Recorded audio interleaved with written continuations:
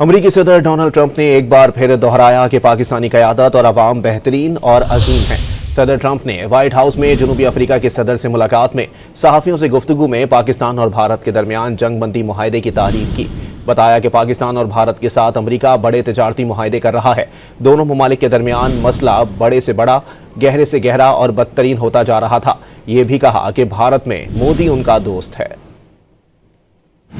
If you take a look at what we just did with Pakistan and India, we settled that whole thing, and I think I settled it through trade. We're doing a big deal with India, we're doing a big deal with Pakistan, and I said, what are you guys doing? You know, somebody had to be the last one to shoot, but the shooting was getting worse and worse, bigger and bigger, deeper and deeper into the countries, and we spoke to them, and I think we, you know, I hate to say we got it settled, and then 2 days later, something happens, and they say it's Trump's fault.